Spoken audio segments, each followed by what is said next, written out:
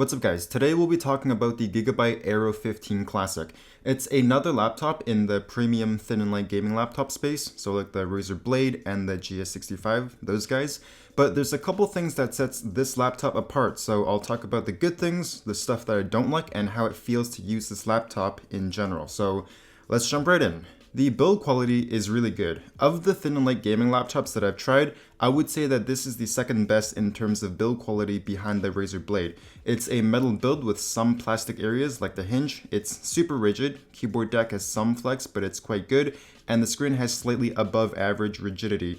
It's stronger than most gaming laptops. The hinge tension is great right out of the box, but there's quite a bit of screen wobble, and the overall design is really clean. Like you could probably whip this thing out in a business meeting and nobody would bat an eye. There's a white glowing Gigabyte logo on the lid and the Aero branding on the bezel, but otherwise it's really clean and I like it.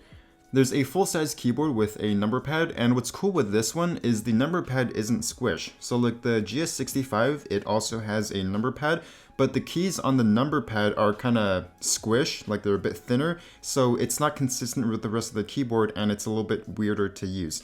This is sized well, it's got a good layout, the keys aren't too small, good key travel, it's got per key RGB backlighting with 10 brightness levels, and full-size arrow keys. The escape key also lets you max out the fans instantly for better thermals, which is neat. It did take me like 15 minutes to get used to the shifted layout because of the number pad, but the actual keyboard and the typing experience once you adjust the position is pretty good.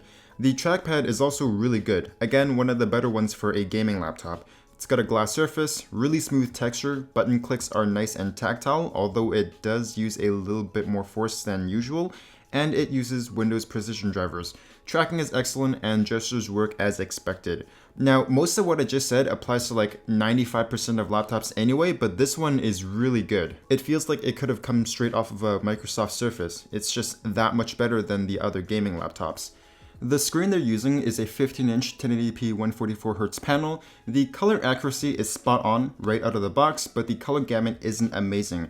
It's also not a particularly bright screen. The 1080p panel only gets to about 270 nits, so I'd still recommend the 4K panel for the brighter screen and the higher contrast. They also sell one with an OLED panel, but that's a different Aero laptop. I don't actually think they have an OLED option for the Aero 15 Classic. On the bottom of the laptop are the two speakers. Now, the positioning I'm not a big fan of. I feel like they could have put them up top above the keyboard beside the power button, but they sound good. They're a bit quiet, but they're usable for a YouTube video. Anything more than that, and I'd recommend using a pair of headphones.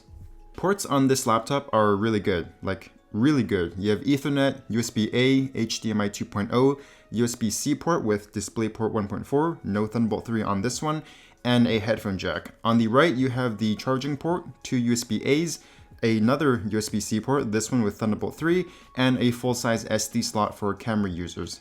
There are 3 screws on the bottom with a sticker over them, I'm guessing as like a warranty sticker, so either do it at your own risk or wait until your warranty runs out before upgrading the internals. There's 2 M.2 slots with 4 RAM slots, 2 of which are populated so you don't lose performance running single channel memory. The Wi-Fi card is a killer 1550i, good speeds, and it's replaceable. And the SSD they're using is a 512GB Intel 760p with really good performance.